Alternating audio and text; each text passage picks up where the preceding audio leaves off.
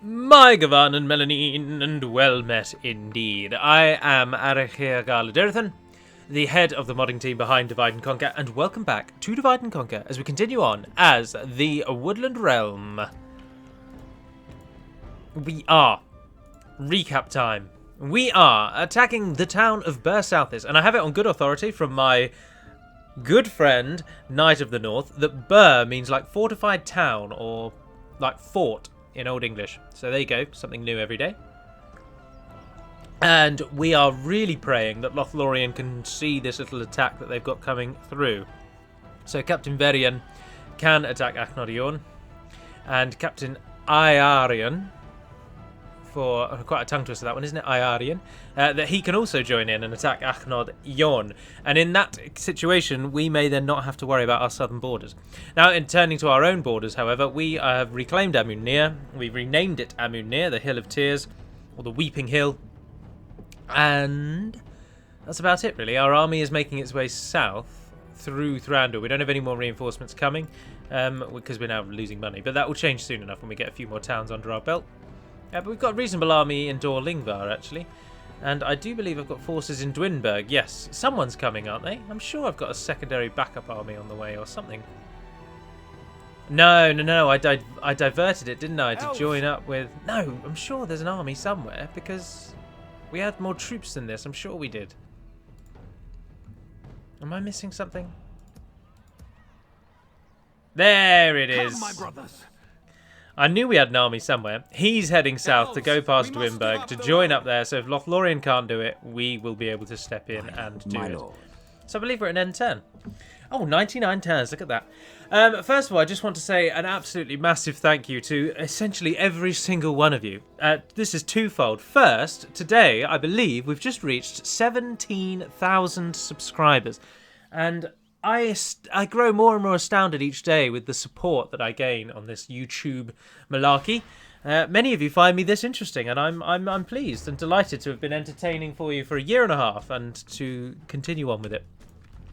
But also to say a massive thank you to all of those who defended, well, who gave me words of support in my last video, in which I spoke of Ulweithiad, a gentleman on Reddit, who didn't like me very much. Just a brief moment, as we pause away from that. Shadow of Mirkwood, Ulairon the Farseer, I believe is now their faction leader. Lord Ulairon, he's called. Yeah, he is. Jesus Christ. He's got a dodgy portrait, really, hasn't it? It's not got the blank background. Ulairon. He's a Wraith. Does he have a special unit? Castellans of Dol Guldur. Yeah, look at that. I knew that before I clicked on it. Every now and then I give you a little twinge of proof that I actually am... I do actually mod this thing. And I'm not just talking about it. A bit more in purpose. He's coming at us from the side. He's going to be behind us and to the left. And there isn't really anything to fear in this.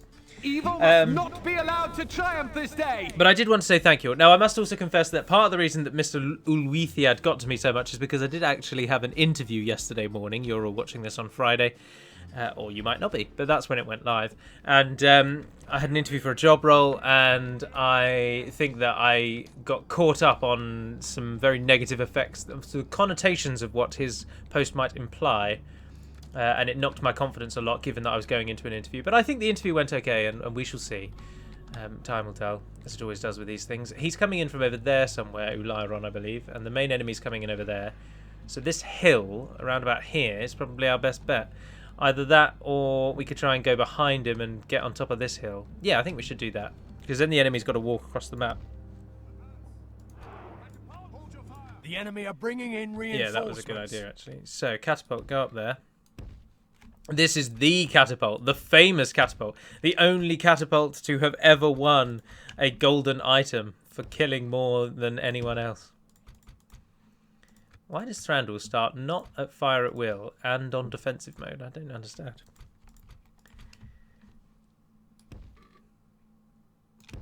But another reason, obviously, as I spoke in the video, the Gondor video, the gentleman did just get to me, and many of you came out in support and said, like, screw it. He is an elitist. Don't listen to him. Ignore him. We all enjoy your videos. Carry on as you are. So I just wanted to say thank you to all of you for that. It did mean a great deal to see that you all supported that. And even I'd like to extend a special thanks to those of you who were kind of very in the middle with it. Those of you who said, I think the guy was rude, I think the way he went about it was bad, like, you're a really nice guy, there's no need for him to be such a rude person. But equally, like, you did say this wrong and you did say that wrong. But then a few of you even showed me where I can read more about it, and that was excellent. But therein lies another little problem, in that a lot of the information on Orc creation and Orc creation theories is written in the Complete History of Middle-earth books. Book number, I can't remember which one it is, but it's called Morgoth's Ring. And the sad thing, in fact, is that I own the entire collection of the Complete History of Middle-earth. I've just never gotten around to reading it. Unfortunately, being in my profession that I am, law, I at university spent a lot of time reading legal documents and books, and didn't really want to spend, that was a great kill, didn't really want to spend even more time reading when I was free. I wanted to not read when I was free. And clearly that's come to bite me in the bud. But therein lies a bit of the reason why it doesn't really matter. Because I've spent my time... It's not like getting an A on Lord of the Rings studies is ever valuable in life. So the moral of the story is that with your support, with the support of people on Discord, with my own sanity creeping back into my brain, we are done and dusted with the gentleman who doesn't like me very much. So we can move on from that. And then I've only spoken about it for 5 minutes, which is better than 25, because that video got 6 dislikes. And even though the people didn't say why they disliked it, I would readily bet that it's because I just talked about something totally unrelated to the video for the entirety of said video. Now, in other news, more pertinent to right now, I'm away this weekend. So I don't leave until later on Friday evening, so I can record the Khazad-dûm video to go up on Saturday. Oh, that was a great kill. Oh, that was a pretty good kill too. But you're getting to the point where you're about to start shooting us. But I won't be able to record the faction overview on Saturday. I'll have to record it on Sunday, which means it'll either go up very late Sunday evening or more likely the Monday. Because I don't know when I'll get back. I don't know if I'll be able to record it in the morning or in the afternoon. I'm not even entirely certain I'll be able to record it at all. So it may just be that the video... Oh my good lord, no, stop. Victory will be ours. Oh, crying out loud. Attack them. Good tidings. The enemy general lies dead. Oh dear. 3% of us have died, and almost all of them are going to be from that bloody catapult shot. Does that get them running? Yes, it does. About the Orc Raiders. No, they're not running. Come back a bit. Now get them. The enemy are badly bloodied. Lovely. They have lost half their men. Right, catapults, stop doing what you're doing, because we'll get you to attack when Ularon arrives.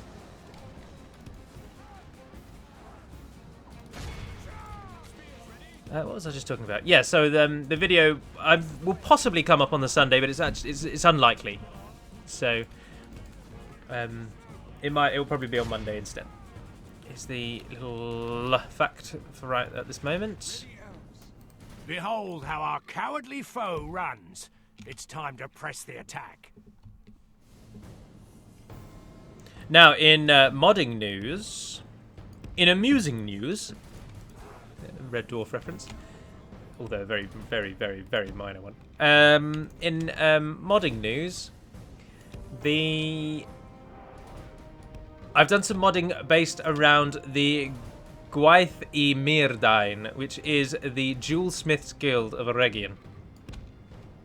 One thing that I'm holding on to in my Lord of the Rings knowledge now is that I'm still pretty damn good with the Sindarin. Although I'm probably saying things... But no, I'm not going to get into that, because I will never bloody shut up about it. I've edited the Gwaith I Myrdain Guild because... the guild is destroyable in your current versions of the game, as many of you will have noticed.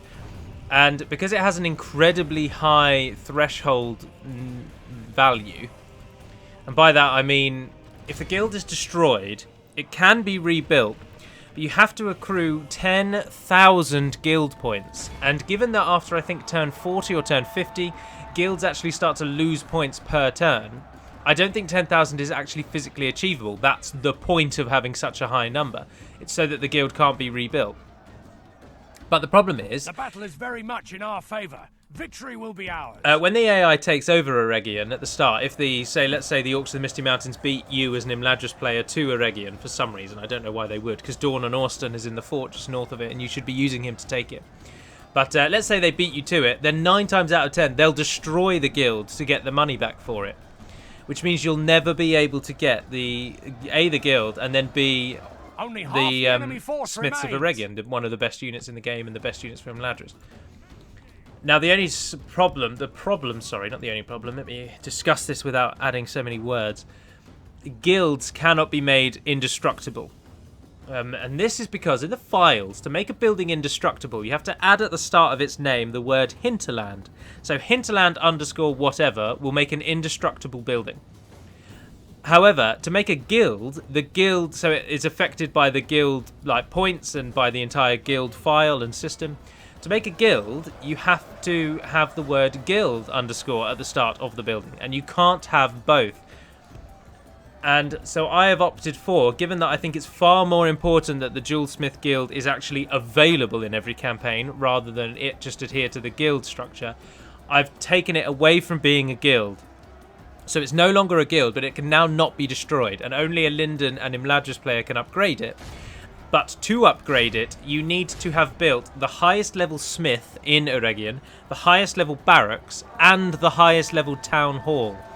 So it's now arguably harder to get than it was before, but you no longer need the guild. So you no longer need to get, because it used to before you had, well, in all of your games at the moment, you've got to build a lot of blacksmiths in order for it to trigger, in order for the guild to trigger and allow you to train or allow you to build the Jewelsmith Guild.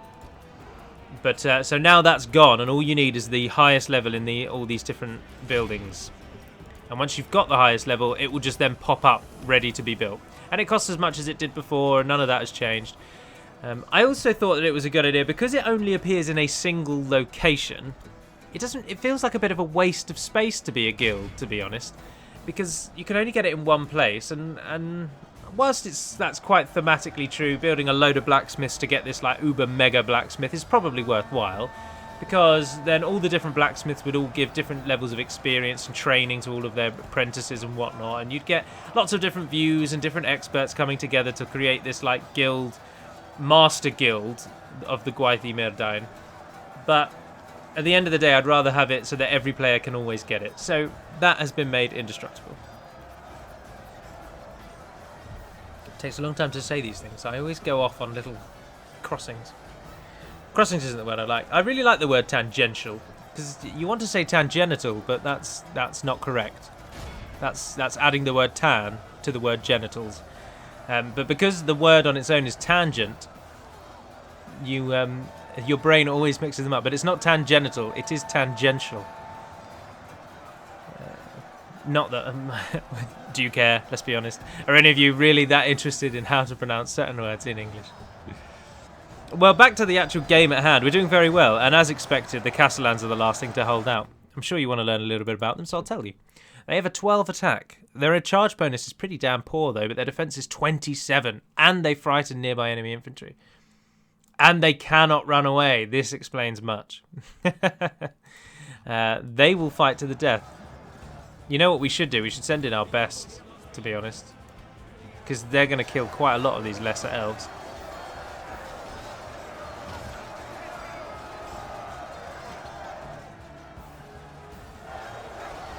There's not too many of them left, though. 22. I wonder where Ulairon himself is, although I think he just looks like one of them. I don't think he has... Oh, no, there he is. He's a Barrow-White King. Yeah, he looks cool. He's getting slaughtered. Look at him. Hacks across the back. It's going to take ages as ever. Lots and lots and lots and lots and lots of different hits to bring him down. Do I have any other news for you? I don't think I do. Nothing modding anyway. I've not checked in since I did anything a week or so ago.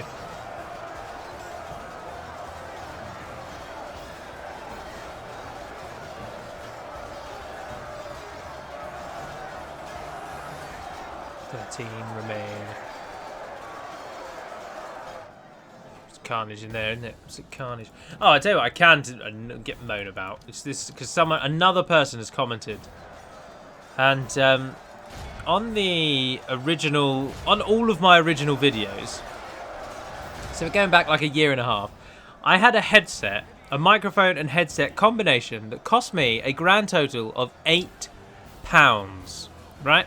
When I first started doing YouTube, I had a microphone and a headset that cost me £8, which is no bad thing. I don't think it's worth investing hundreds and hundreds of pounds into YouTube until it's reasonably certain that you're actually going to make some money back off of it. And at the beginning, I didn't expect to make any money, so I just used a headset that I found on the internet. It was cheap, cheerful, good reviews. Screw it, I got it. It cost £8. So when YouTube started kicking off and I started doing the lore videos and I started just doing more videos, I was using this cheap headset. But now that we're a year and a half on and I'm now using a standalone Blue Yeti 120 quid microphone with a pop filter and a £100 headset, obviously the quality has improved.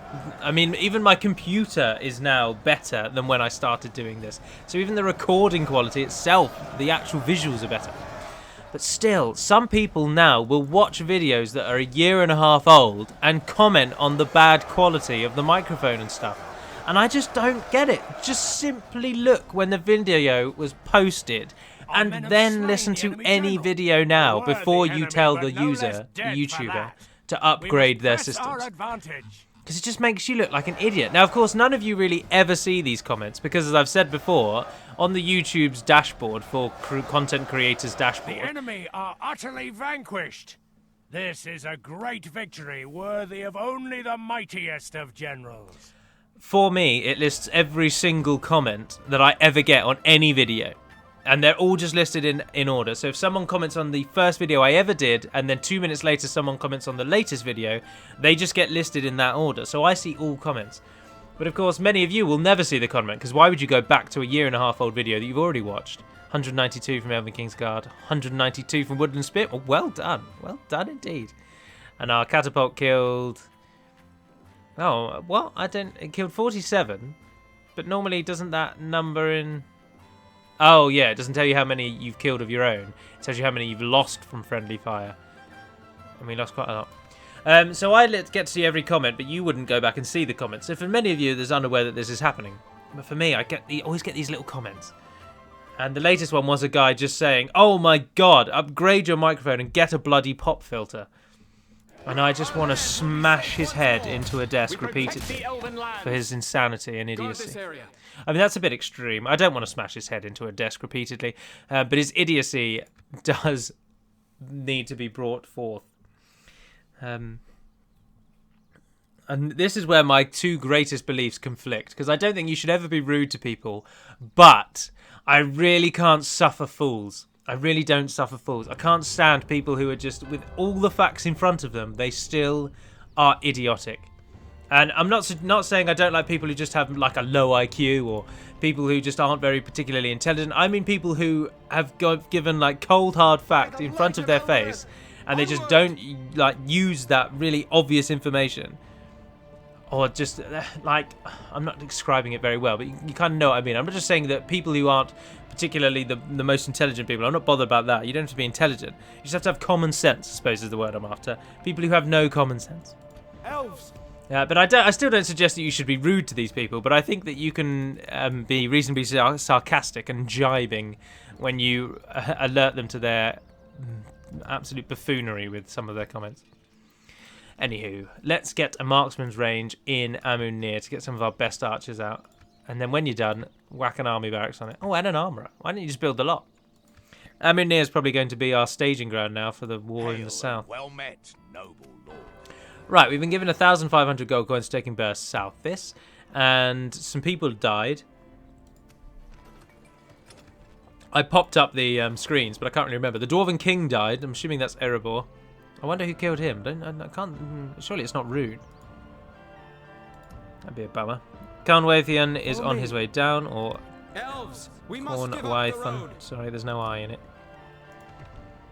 We don't need to train any more troops, and we only want to build buildings that give an economic bonus, because we're not worried about troop training in the north here. Although for some reason I'm building to get a free upkeep. Right, you can get communal farming when you're done though, because that's always worthy. You're building an army barracks and an archery range. Yeah, I suppose we'll let that. I don't really need anything from you. We've seen Enathaur, Ostingile. We could get a leather worker that gives us 20 gold. Yeah, go on. Dorlingvar. Nothing. To those of you who would really like to see the elves have castles, when Ngugi and the DCI team release their very, very, very anticipated mod, they have created elven castles, both on the campaign map and the battle map. And to be honest, that's always been the biggest reason why we've not had them, because they don't have a custom settlement. And I've never really liked the idea of elves upgrading castles and just having a European castle as their castle. You want them to have an elven castle, in the same way you want dwarves to have dwarven towns. And that was always one of the biggest factors of why we never gave them to them. And then it snowballed over time, and now it's at the point where you can't really go back on what you've said. But given the quality of the work of the DCI team, and the fact that the elves are so overpowered that it doesn't hinder you at all, let's be honest. Most of the castles in the game are already at a high enough level that you can always use them. So I'm going to give the elves the ability to build castles if Ngugi allows us to use his very, very nice models. And if he does, then brilliant. Right, Dorlingvar, you do not need a garrison anymore, so... And you're the only unit without experience, so you're going to stay behind. Everyone else is coming out. Conceal our movements. We're losing money. You're going to toy him. You're going to toy him. You're going to toy him up with the army in Bertotus, and then when you and Arndr are together, you're going to take down Captain Uxag. And all the meanwhile, Legolas in Amunir is waiting for Count Wyton to come south. And once he goes past Dwenberg, then he'll take the army in there, and he'll make his way further south, past and through the region of Echnadion. We were hoping that Lothlorien might help, but they're not. They are not assisting us. They're absolutely running with their tails between their legs, and I can't stand that. We might also get the general from Dorthalu to go and assist, actually. Because... No, I don't know. Do we need to worry about anything over here? No, you're held by Dorwinion. You're held by Dale. It's down here, though. Go out and start building some towers for us. Sire. Threnataha. Stay alert. Into the mountains, into the hills. I'm gonna stick you. I think we're just... Goodness gracious. Isengard is bribing like no tomorrow. I did mention in the last video that I'm removing bribery, didn't I? How can we help? That it's demanding to get military access. I can give you money, I suppose. Why? Why do I really care about this? I suppose it's part of the role-playing aspect, isn't it? This seems quite reasonable. Good day to you. Don't want to annoy them. Apparently, there are some very interesting ways of getting around the allies can't attack allies restriction. And one of them seems to be by attacking an ally's fort, which seems to be entirely possible in the game. So whilst you can't attack... or I think it's the AI. Some people are reporting that the AI are doing it. So the AI seems to have the ability to attack forts, even though I don't think you as a human can, if it's held by an ally. And then that obviously breaks your alliance, which is an interesting one. So there are alliance breaks dotted around the world. Right, someone's gained a trait. Twilalcaron has gained a trait. Who even are you? I've not even heard of you. Two people have come of age. A Belthandian and an Aranian. And you're at least, I hope, getting free upkeep in Thranduil's halls. Yes, you are. Where's the other gentleman? It wasn't Berkalion, was it? It was Belthandian. Oh, you're in Amunir. Oh, brilliant. Yeah, I can keep you there. Legolas needs a buddy. Over here, elves. Right, as you pass, you take some of the better units. Leave behind those three. Onward. I don't want to depopulate that too much. Because if the Misty Mountains start to really gain traction, Dwinberg's going to be a point of contention. Oh, there's the Dol Guldur now faction leader. For the light. What are we on? 25. Have a taste of my blade. They've got a ballista. Why wouldn't they attack properly? Follow me. Like the wind. We will need that one. Onward. Over here, elves. Well, I think it's pretty... Varian. Where's your army gone? What on earth have you done? How are you not doing better than this? I will defend my people. Captain Ugzag. It's a shame, really. I'm tempted to auto-resolve just to see what the strength ratio, the game does think about elves and not elves. But then we'd probably lose so many more than we'd lose if we didn't auto-resolve. But we haven't auto-resolved in ages. I just wonder how it feels about elves. I'm going to do it. Clear victory. Now, we did lose quite a lot more than we probably would lose ourselves. It doesn't really matter at this point, does it? With Count Wython's army heading south. That's part of the reason why I just did that. But I do genuinely want to see how it deals with auto-resolving. If it's like the dwarves, it makes the elves just so OP. We're going to leave behind just Draugold, I think. Oh, you've got an insane loyalty. You've got better respect as well. No, leave Berkalion behind. Follow me. The rest of you might as well start heading out. Like the wind. Also, that gives us a bit more money now that army's just died. Sire. Elves. He's on his way south. Not too long, so we can end the turn again.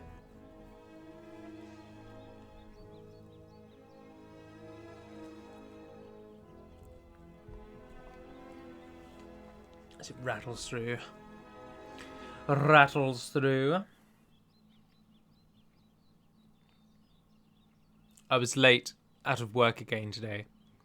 And it made me think back to last Thursday, because it was last Thursday that I was also late out of work, and I then came onto a video and just moaned about work. And it did make me think about that. And what's annoying about it is that I was late because the judge today was so slow. Come, my brothers. I've never known such a slow judge. It took hours to do everything.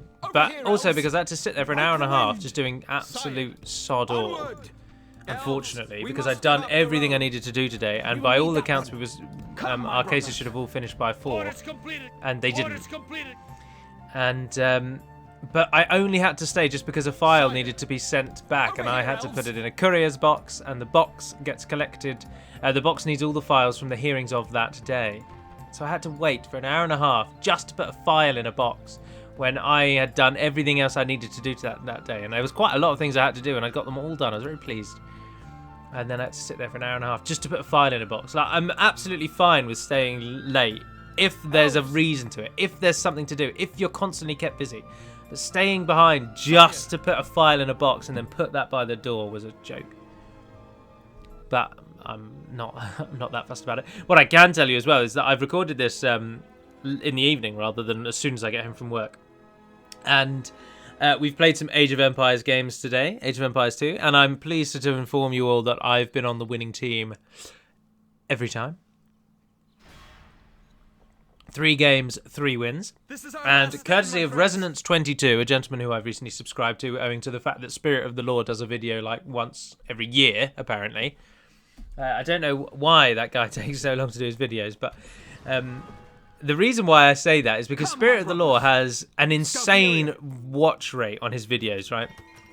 I think on YouTube you're good, you're lucky, or you're doing okay if you get about 10% of your subscribers watching each video.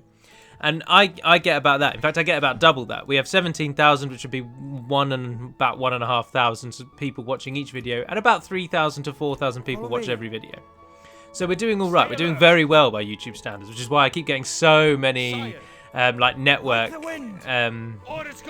group up. Not what are they called? It's not. Is it MCMs? Is that what they're called? I can't really remember.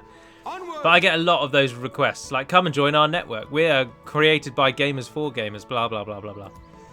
And I think that's because of the retention. And Spirit of the Law gets an insane watch level. His videos are easily more than 50% of his subscribers watch almost every video he puts out.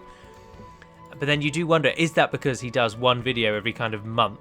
Genuinely, he does like a video a month. Or is that just because he's so entertaining to watch? And I absolutely love him. I've watched almost every single video of Spirit of the Laws. I just realised we don't have anything left in Burst. Oh, we've got a general there. They'll never get through. I really, really like him. But owing to the fact that he does hardly any videos, I've had to find Age of Empires info elsewhere. And that's led me to Resonance22. And Resonance22 did a video about better economic start and essentially the bread and butter gameplay of Age of Empires, night rushing. And I was practicing this evening on my night rushing potential and my skills with it, and I was very pleased. I am pleased to inform you that I am improving as an Age of Empires player daily. And today I did very, very well. Now I'm not going to fight this battle because I just don't really want to be honest. Normally I would go a little bit on if there's a battle at the very end of the video so that we save at the start of an end turn. But as I say, I'm away at the weekend and I've got a few bits and bobs. And I like to try and keep the videos at 30 minutes because I don't like to go too much longer. So this will be the start of next week's. So if you do have any questions, as ever, pop them into the comments section down below. I will certainly read them and eventually, I'm sure, answer them all in time. I read them on my phone, that's the problem, and I don't really like typing on my phone. I never have done. I have started using WhatsApp voice messages rather than even sending text now. It's so much easier. And getting all the comments to my phone is just a pain. So I don't tend to reply on my phone and then I forget by the time I get home. But I try and reply to the comments, so do post any down there if you've got any questions. But otherwise, I hope you've enjoyed this. Thank you for watching, if indeed you have. And until we speak again, dear friends, na varne den perimat melunin, and farewell.